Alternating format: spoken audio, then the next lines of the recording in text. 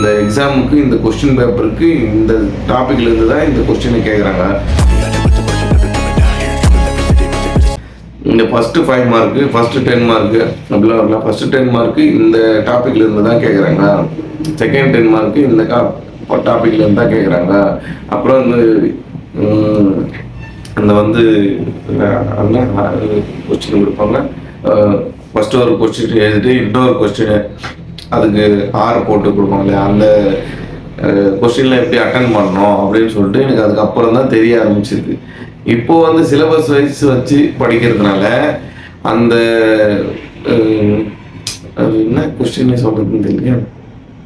இப்போ வந்து syllabus wise வச்சு நான் படிக்கிறதுனால எல்லா கொஸ்டினுமே என்னால் ஈஸியாக அட்டன் பண்ண முடியுது. என்னால் ஈஸியாக மெமரி பண்ணி ஈஸியாக புரிஞ்சு பக்காவாக என்னால் எல்லா கொஸ்டினுமே அட்டன் பண்ண முடியுது. அதனால் வந்து நீங்கள் சிலபஸ் வச்சு படிக்கிறது ரொம்ப முக்கியம். அதுக்கான டைமிங் எடுத்து நீங்கள் படிக்கணும். தனியாக ஒதுக்கி டைம் ஒதுக்கி படிக்கணும். காலையில் டைமில் படிக்கணும்.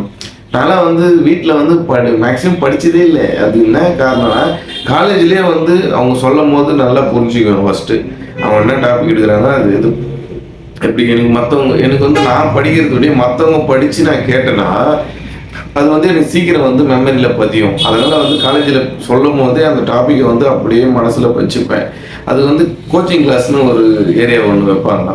ஒரு சிலபஸ்லாம் முடிச்சிடுவாங்க. முடிச்சுட்டு ஒரு கோச்சிங் கிளாஸ்னு ஒரு 1 மந்த்து 1.5 மந்த்து வைப்பாங்க.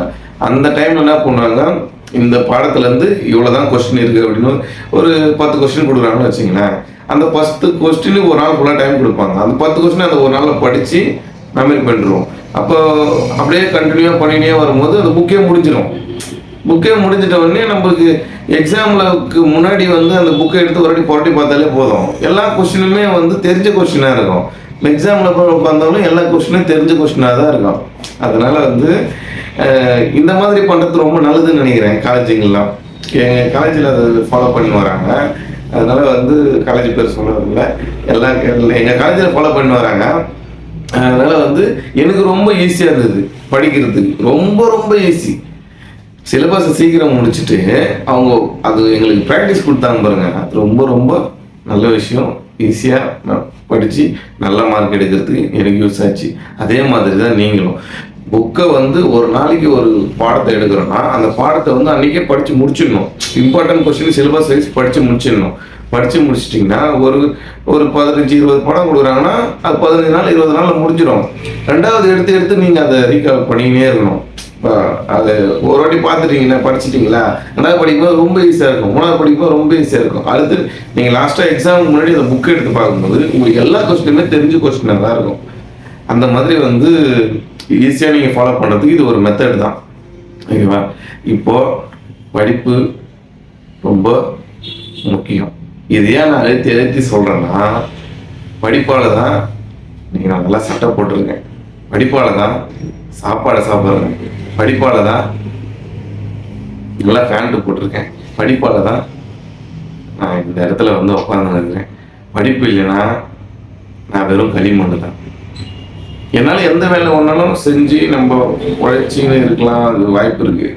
ஆனால் படிப்பு இல்லாமல் எனக்கான நாலேஜ் இருக்காது, எதுவுமே என்னால் செஞ்சிருக்க முடியாது. படிப்பு தான் என்ன பொறுத்த வரைக்கும் படிப்பு தான். கிழிஞ்சி போன டவுசர் போட்டுன்னு இருந்த நான் இன்னைக்கு நல்ல ட்ரெஸ்ஸு போடுறேன்னா அது காரணம் படிப்பு தான். எங்கே வேணாலும் நான் அடித்து சொல்லுவேன். சட்டை போடாத சுற்றின்னு இருந்த நான் ரோட்டில் படிப்பால் தான் இந்த அளவுக்கு நான் நல்லா இருக்கிறேன். முடி ஒழுங்காக வெட்ட முடியாது. கிழிஞ்சி போன ட்ரெஸ்ஸு போட்டுன்னு இருப்பேன். தைக்கிறதுக்கு நூல் ஊசி வாங்க முடியாது. அப்படியேப்பட்ட நானே படித்து என்னோடய வாழ்க்கை மாறி இருக்குதுன்னா படிக்கிற உங்கள் வாழ்க்கை கண்டிப்பாக மாறும். அதுக்கு நான் கேரண்டி. படித்து ஒருத்தன் ஃபெயிலாக போனதா சரித்திரத்திலே கிடையாது. படிக்காமல் வேணா அது நம்ம சொல்கிறோம்ல, படித்து ஒருத்தர் ஃபெயிலாக போனதா வாழ்க்கையில் சரித்திரமே கிடையாது. அப்படி இருந்தாங்கன்னா அவங்க முயற்சி பண்ணாமல் இருக்கிறாங்கன்னு அர்த்தம். என்னை பொறுத்த வரைக்கும் என்னோட சக்ஸஸ்க்கு மெயின் காரணம் படிப்பு. என்னோட டீச்சர்ஸ்லாம் ரொம்ப ஹெல்ப் பண்ணாங்க. எல்லாருக்கும் ரொம்ப நன்றி. நெக்ஸ்ட் வீடியோவில் இன்னும் நல்லா மோட்டிவேஷனாக பேசுறதுக்கு நான் ட்ரை பண்ணுறேன். தேங்க்யூ.